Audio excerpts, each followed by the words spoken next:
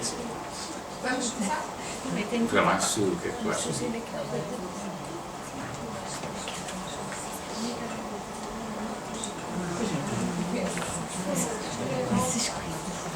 Não, isto é importante para a ideia. Eu tenho mesmo um projeto comigo para atualizar o que deve ser avançado. Isto tem a ver com a produção, a utilização do sol, probabilidades, tudo isso. Tem um modelo hidrológico, certo? Encaixa a edital.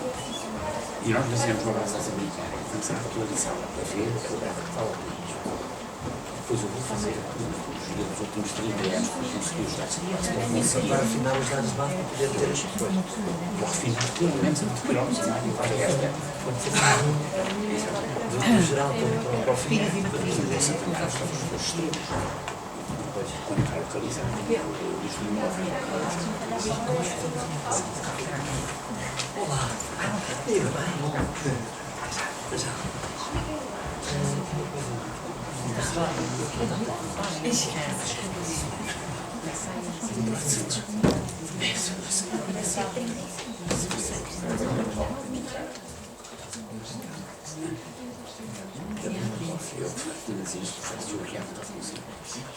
Porque é uma nós aquilo que vai fazer.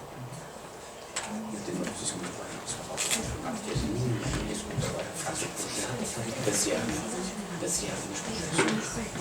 Porque a verdade são feitas dos últimos 100 anos. Deve entrar no que eles fazem muitas pessoas. Não dizem, continuam a usar a análise climatológica baseada nos dados observados. Não dá nisso, ninguém faz este estudo.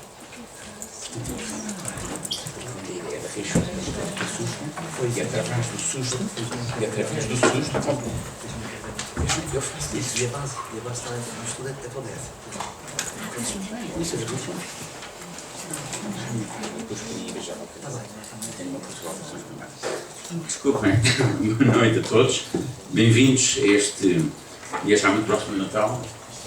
E o tema que hoje nos traz aqui é um tema premente, é um tema importante. E, desculpe, já tive aqui relativamente algumas discussões com o nosso relator desse redimo sobre a gestão da água. Nós temos andado, eu penso, desculpe contar uma pequena história já agora para dar este é. Nós nos últimos, eu suponho que o início da história para a nossa memória depende da nossa idade, não é? É evidente que o início da história para a maior parte dos mais jovens começou com eles, não é? Portanto a minha já começa muito mais atrás, não é? A minha começa atrás porque já na idade adulta assistia em Inglaterra, estava lá a viver, aquelas mudanças todas do Callaghan, depois até a Thatcher, etc. Eu estava em Inglaterra quando fui levar a Thatcher. E depois acompanhei o que passou com o Tony Blair. E há aqui duas coisas relativamente a esse ponto que eu vale a pena mencionar, para perceberem implicações que depois tem no futuro. Portanto, eu estava em Inglaterra logo a seguir, quando foi a Guerra das Malvinas. A popularidade de Thatcher estava completamente de arrastos. E a Guerra das Malvinas deu-lhe um esplendor e um lustre que durou por uma década. Para ajudar ao lustre, houve o buraco do ozono. Porque foi uma equipa de cientistas britânicos que descobriu o buraco do ozono, que afinal hoje descobre que não era tão buraco quanto se pensava, porque era ciclo. E isso deu-lhe um grande impulso seguidamente para as alterações climáticas, que é o outro tema. Na sua sequência veio o Tony Blair. E o Tony Blair é o grande artista que convenceu uma parte importante do mundo de que havia uma destruição maciça no Iraque. Com este sucesso, estes mestres da propaganda criaram, aliás é o próprio Giddens, que é um dos famosos inspiradores do Blair da cidadania, criou a ideia de que if you want to manage people, you have to scare them. Se queres manipular as pessoas, mexer, gerir as pessoas, tens que as ajustar. E, portanto, nada melhor para as ajustar do que invocar a ciência. E neste caso, o que é mais fácil de perceber mal? São as alterações climáticas. Ponham CO2, isto aquece, isto inunda, vamos morrer todos afogados, vamos pôr dinheiro nessa investigação. Com esta focagem total, com esta focagem nessa área, os recursos de pensamento e depois os outros financeiros esqueceram outras áreas que são fundamentais que só aparecem marginalmente. Uma dessas áreas é a água. E daí vivemos um pouco entre o sol e o tempo. A água tem sido falada de muitas formas, é verdade, hein? Mas a ligação uma com a outra do susto tem a ver alterações climáticas e água. E uma das mais interessantes, que eu agora aproveito para dizer, por causa da conversa que estávamos a ter, é, vamos lá ver, há muitas organizações científicas e privadas cuja existência depende das pessoas estarem ou não estarem assustadas com alterações climáticas. Pois que se estiverem muito assustadas, têm financiamento. Nós em Portugal temos departamentos que sobreviveram com esta ideia. São financiados pelo susto. Ora, os milhões, no caso português, ou os bilhões, no caso geral, que se põem em estudo do que é para mim, sobre muitos aspectos, um problema, não ataca depois os aspectos centrais. Ora bem, a forma mais simples que eu dizer é o seguinte: as pessoas invocam o IPCC. As pessoas invocam o IPCC. O IPCC, na sua raiz, não faz investigação, limita-se a fazer a síntese do que é publicado. Então, um dado importante. O que é publicado nas revistas científicas submetidas, cujas publicações passaram o chamado peer review, foram avalizadas pelos pares. Isto é um dado-chave.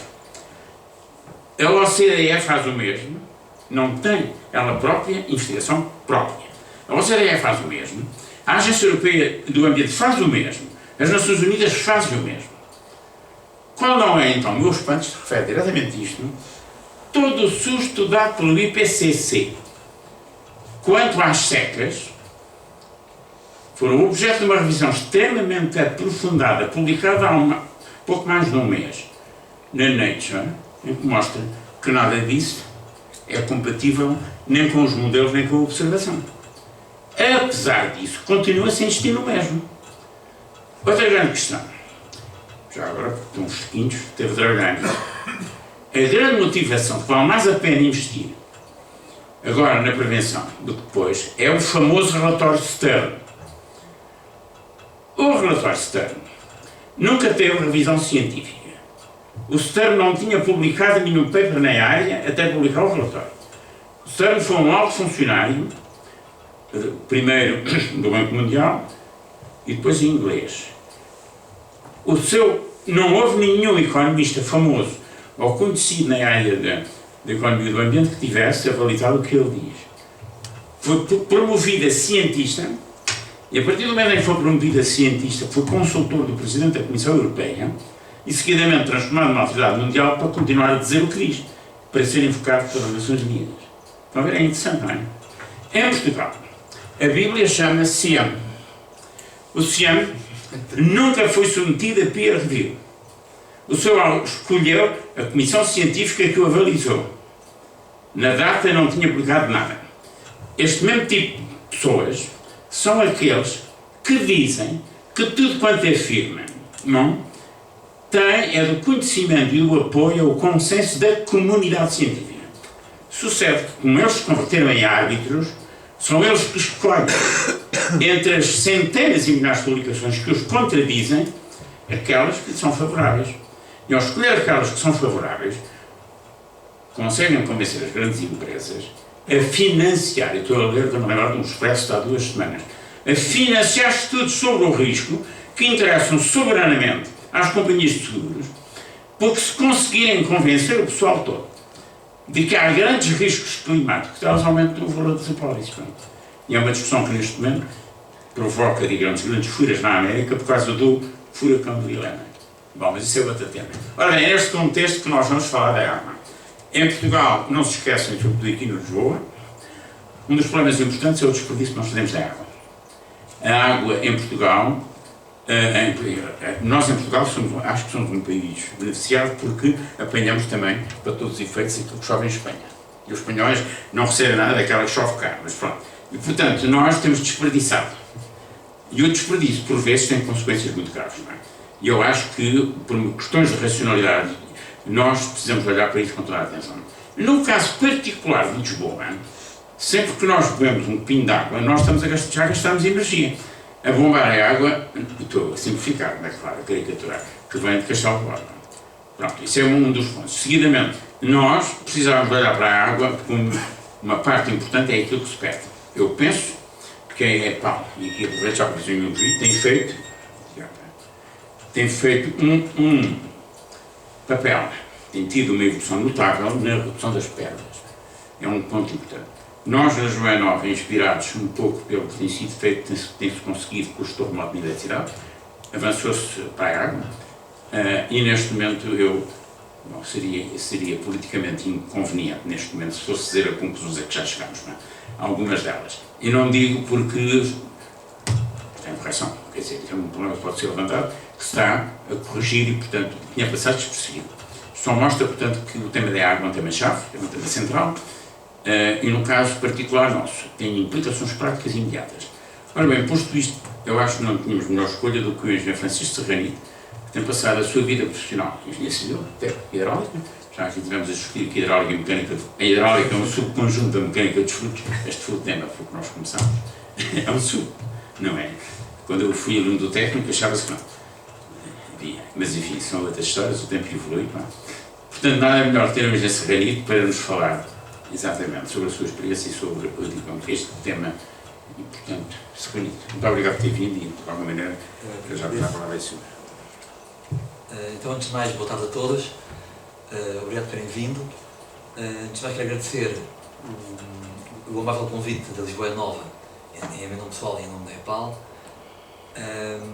Nós, enfim, aproveitámos este tema depois do convite. Nós recentemente criámos um produto. E eu vou começar por chamar a atenção para uma questão. Criámos um produto chamado W1, que tem a ver com aquilo que nós temos vindo a desenvolver ao longo dos últimos 4, 5 anos. Portanto, se em algum, e eu aproveitei parte dessa apresentação, se em algum aspecto parecer que isto é demasiado comercial, desde já vos peço desculpa, não é essa a intenção. Só que nós temos aqui, comparado com o que o professor acaba de mostrar, começo logo por me sentir muito pequenino antes de começar a conversa. De qualquer modo, o que nós temos aqui a partilhar convosco é o que temos vindo a fazer, basicamente, ao longo dos últimos 6, 7 anos, a nível da gestão e redução de perdas. Nos últimos 5, 6 anos, a EPAL iniciou um processo de gestão de ativos que sendo a gestão de ativos uma tentativa de gerir de forma equilibrada a qualidade do serviço, a sustentabilidade e a rentabilidade de uma empresa, estamos a falar, por excelência, de uma ferramenta de eficiência no funcionamento das empresas. E no nosso processo de gestão de ativos, nós utilizamos algumas ferramentas que temos vindo a usar de uma forma sistemática e recorrente. Essencialmente, para aquilo que interessa aqui, gestão da informação, porque no fundo gestão de ativos é essencialmente conhecer melhor aquilo que se tem para no fundo poder tomar decisões mais acertadas sobre esses ativos. Portanto nós usamos algumas ferramentas como é o caso das inspeções. Portanto, as inspeções no fundo dão-nos uma ideia muito boa da condição dos ativos e a monitorização. A monitorização no fundo procuramos monitorizar aquilo que estamos a fazer, neste caso em particular da rede. E é dentro desta administração que nós temos vindo a fazer digamos, este sistema, a implementação deste sistema para a redução de perdas na distribuição da EPAL. Antes de começar, tinha aqui 2, 3 slides para quem está menos familiarizado com o que é a EPAL, no fundo para explicar um pouco o que é a EPAL. Ora, a EPAL é uma empresa com mais de 140 anos, começou por ser uma concessão, portanto hoje em dia fala-se novamente em concessão. Isto de facto o mundo é cíclico. Começou a ser uma concessão que foi desde 1868 até 74. Depois a empresa foi nacionalizada, passou a chamar-se, era antes a Companhia das Águas Livres, ainda hoje se ouve muito a Companhia das Águas, porque era a CAL. Depois passou a ser Empresa Pública das Águas Livres e hoje chama-se Empresa Pública das Águas Livres. Em 93, ou melhor, antes de 93, a EPAL começou a pensar no país, criou uma entidade que depois se tornou na ADP, e que depois tornou na holding, ou seja, aquilo que foi uma filha da EPAL tornou-se mãe da EPAL, que é o que é hoje. A ADP é a holding que detém todo o capital da EPAL. No fundo, a EPAL é uma entidade juridicamente de direito privado, mas todo o capital é tido por uma entidade completamente pública, que é a ADP. A EPAL fornece água a mais de 2,5 milhões de pessoas, envolvendo 35 municípios da Grande Lisboa e o Concelho de Lisboa, que é o único onde a EPAL distribui em Baixa. Portanto, é o único sítio onde damos a água à casa das pessoas. Em Lisboa há 350 mil clientes, mas já lá vamos nos slides seguintes. A nossa capacidade de produção, neste momento, é superior, ou anda muito perto de 1 milhão de metros cúbicos por dia. Já agora pode ser pela primeira vez, desde há muito tempo, nos últimos anos temos estado numa situação de algum conforto em termos de abastecimento, porque eu estou na EPAL já vai para 20 anos e andamos sempre um pouco a correr atrás do rabo, ou seja, andamos sempre a tentar fazer qualquer coisa para que a água não faltasse. Quando eu começava ali quase, fazíamos mais qualquer coisa e portanto dávamos um salto, porque a capacidade cresce por degraus, não é? E os consumos crescem de uma forma muito mais... Ou crescem não, cresciam, porque agora crescem, também já vamos ver isso. Já há alguns anos esta parte tem vindo a crescer. Este é o sistema de transporte da EPAL, portanto temos uma extensão de condutas de mais de 100 km. As grandes zonas de captação são aqui, no Castelo de Bode, onde tem mais de 65% da água normalmente captada, e depois aqui embaixo, na zona de Valado da Tejo, no Rio Tejo, que é alguns entre a Zambuja e o Cartacho.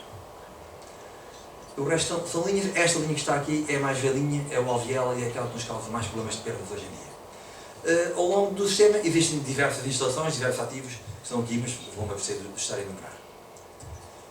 Em Lisboa temos 350 mil clientes, como já disse, para um pouco mais de 1 milhão de consumidores.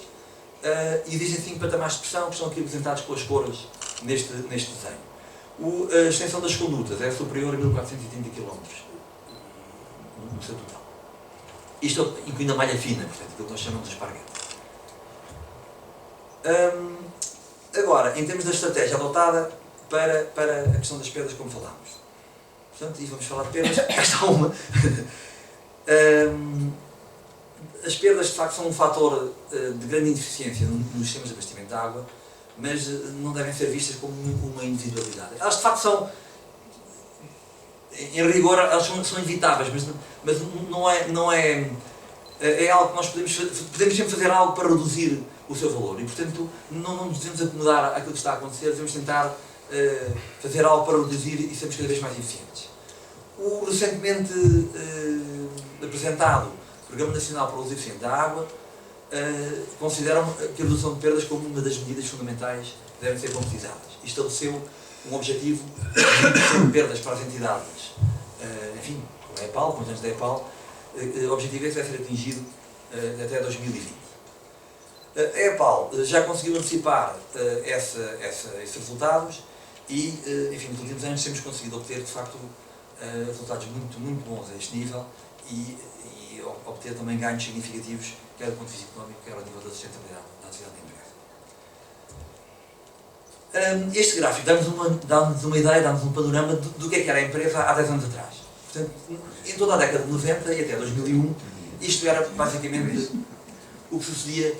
Eu quero dizer uma coisa, para isto não se tornar chato, se tiverem questões podem logo interromper, para não ser aqui uma... Quase que é melhor fazer uma conversa do que estarmos a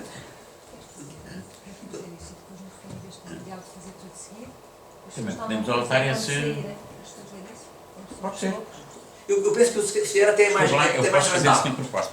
Nós habitualmente fazemos um intervalo, aí a passar 3/4 de hora, para tomar café, e depois é que fazemos a discussão. Mas hoje, como está muito mais explosivo, podemos fazer a interação dos dois. Continuamos, prolongamos logo, fazemos a discussão e fazemos o café já depois no final da sessão. Então podem fazer perguntas, só para dizer agora podem fazer. Já agora estava a dizer uma piada, chama-me não faturada, quer dizer, perdida. Não faturada porque... Ela saiu da EPAL, mas não chegou lá o correspondente. O correspondente, exatamente, o retorno financeiro. Porque pode haver água desta que não seja perdida. Pode haver água que são consumos admitidos, mas que não são faturados. Por exemplo, nas nossas instalações. Ou bombeiros. Ou por causa dos incêndios, etc. O que interessa é que ela não foi faturada, portanto, mas pode ser consentido essa não faturação. Aqui nisto está água que é roubada, água furtada, está água que é perdida por fugas. Mas a minha pergunta é se conseguem distinguir uma casa do outro. Sim. Sim. Não existe uma norma para esse tipo. Existe uma norma da IWA, sim. Exato. Existe uma norma da IWA que é aquilo que nós seguimos. Uma coisa é aquilo que são as puxadas, outra coisa é aquilo que são os consumos próprios. Uma norma que, no fundo, é uma regra, no fundo, não é uma norma. E isso, mas é uma regra. E como a IWA, digamos, é a entidade internacional de supervisão nestas coisas, nós seguimos essa regra. Mas ouve-se bem, a sala é boa. Estás a gravar. Está bem.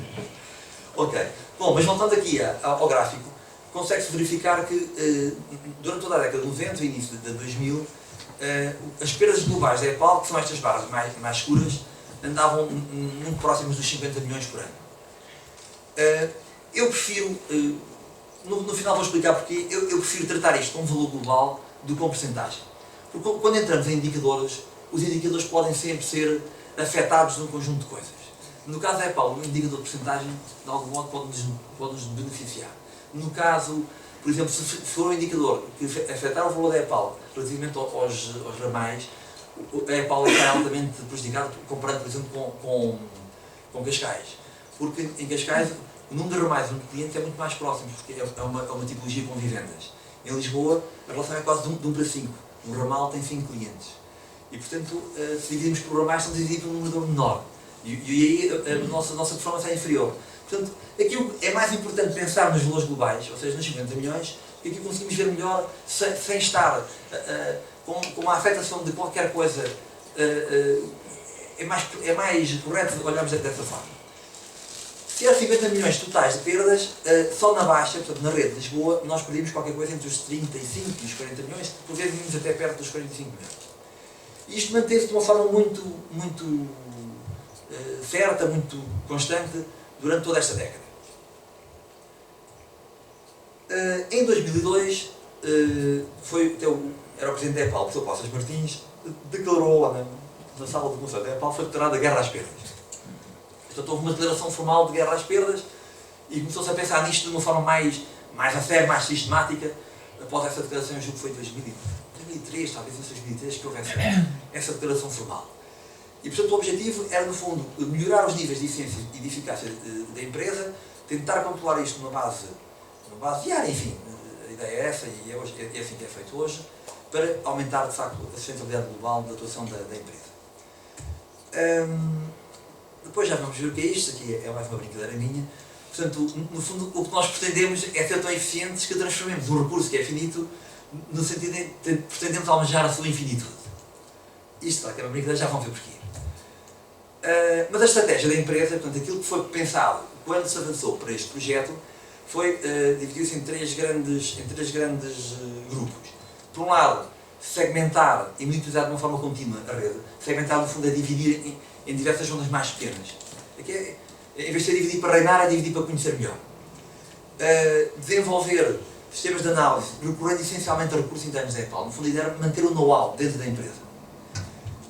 Não impedia que fôssemos contratar pontualmente pessoas de fora, mas era manter o know-how dentro da empresa, otimizar o processo de controle ativo de fugas. Porque eu entrei na EPAL, como disse, há mais de 19 anos, e nós já andávamos aí a fazer escutas, só que não era de uma forma sistemática, não era de uma forma dirigida, era um pouco a sentimento. E às vezes a malta parava no café do José, depois no café do Manuel, aquilo era, de vez em quando encontrava, mas não era uma coisa, não era como é hoje, já vamos ver porquê.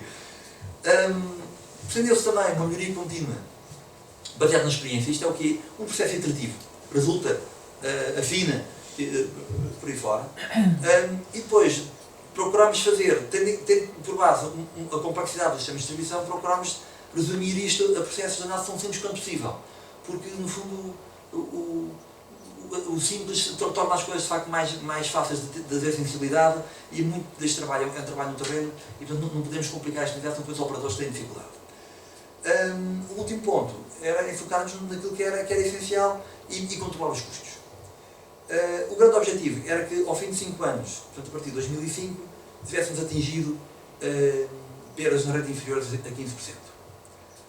O que foi de facto atingido. Em suma, a estratégia teve por base, ou foi suportada pelos seguintes valores: a sustentabilidade, como já falei, melhoria da eficiência, terem em conta a experiência e o know-how dos nossos próprios recursos, otimizações de processos, inovação sempre possível e economia. Quando eu digo inovação, há aquela inovação, mas nada disto é verdadeiramente rocket science. Isto é mais pegar em coisas que já existem aqui e ali e construir um puzzle que vai sendo afinado, vamos colocando peças à medida do que resulta. O que não resulta deixamos cair, o que resulta vamos tentando melhorar. E, obviamente, a economia é uma questão essencial para uma empresa. Quando nós pensamos em água, pensamos numa gota, pensamos no caudal e, obviamente, no movimento. E agora vão perceber o porquê daquele símbolo do infinito que eu mostrei há pouco. É que se nós pegarmos na imagem da gota, fizermos um espelho, obtemos o símbolo de infinito, e se ao símbolo de infinito fizermos aqui uma estilização e pensarmos no movimento, obtemos o produto que nós constituímos recentemente. Isto é mais uma brincadeira, mas este produto não foi feito a priori. Isto resultou, é uma coisa que tem 2 meses, se tanto, e tentámos dar existência a uma coisa que resultou. É uma sugestão. Transforma isto numa superfície de móbios e diz aqui tem 2 faces que afinal é só uma. É verdade, porque faz sentido. Deu-se um nome ao produto da do One, Water Optimization for Network Efficiency, mas isto foi mais uma gracinha do que propriamente o objetivo. O que vale a pena é explicitar um pouco o que é a solução que foi desenvolvida. A solução passa basicamente dos passos que estão neste slide. Portanto, através de um processo de monitorização, nós utilizando telemetria, medições, nessas zonas que foram criadas, nós medimos caudais e pressões diariamente, 15 em 15 minutos. E todos os dias, por volta entre as 5 e as 6 da manhã, todos esses dados são enviados para o server. É feito um trabalho já vou explicar melhor, mas é feito um trabalho de leitura e de análise desses dados e são identificadas as GMCs, ou seja, as zonas onde existem potenciais problemas de perdas. É feita uma identificação, uma quantificação do potencial de ganho de água que é possível fazer se não repararmos as perdas, e as equipas saem para o terreno. Saem para o terreno, utilizam diversos métodos, depois vamos falar neles, e tentando, no fundo, detectar de uma forma, eu diria quase cirúrgica, mas direcionada seguramente as perdas. Portanto, no fundo, vamos encurralando o local onde está a perda até que a detectamos. O objetivo é, onde é que está a setinha, é chegar ao terreno e marcar uma cruz e dizer está aqui a ruptura. No dia seguinte vai lá a equipa de manutenção, abre uma vala e repara a ruptura. E depois nós voltamos a ver os resultados e identificamos qual é que foi o ganho para tal ruptura. O ganho equivalente anual. Portanto, no final do ano conseguimos recuperar não sei quantos milhões, ou 1 milhão e qualquer coisa, durante este ano, só em perdas. Isto é que é uma coisa interessante, não disse no início. Isto são rupturas não aparentes, portanto a água não vem cá acima. Quando ela vem cá acima é fácil. Qualquer um encontra, não é?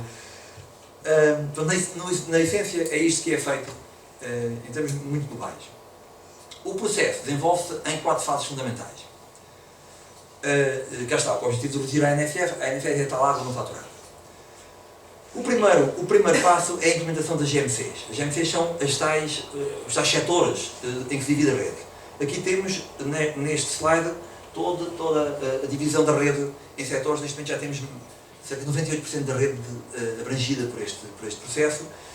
As cores têm a ver com a zona baixa, média, alta, superior. E o limite, que é o que está lá amarelo. Portanto, no fundo, cada uma destas zonas fica apenas com 1, 2, no máximo 3 entradas. E essas são todas medidas. Há um medidor caudal e um datalogger. E as ligações entre as zonas são fechadas. Portanto, elas continuam ligadas, mas deixam de estar fisicamente ligadas porque nós fechamos-las. Só abrimos quando há problemas na rede ou há intervenções, aí abrimos para poder reformular e minimizar os efeitos de uma qualquer intervenção. E, portanto, nós sabemos toda a água que entra nestas zonas. Como podemos medir através dos contadores e medimos diretamente, isto também diariamente, os grandes clientes, conseguimos saber qual é que é o balanço de caudais nestas GMCs. O passo seguinte é, portanto, isto é só para a rede em baixo? Isto é só para a rede em baixo. Fazemos uma coisa semelhante temos um controle semelhante para a rede de adoção, mas não temos ainda os mesmos resultados, porque temos um problema de base. Temos cerca de 13 milhões de perdas na rede em alta, mas só numa linha que é o alveolar, que é a linha mais antiga, nós temos qualquer coisa de volta de 8,5%,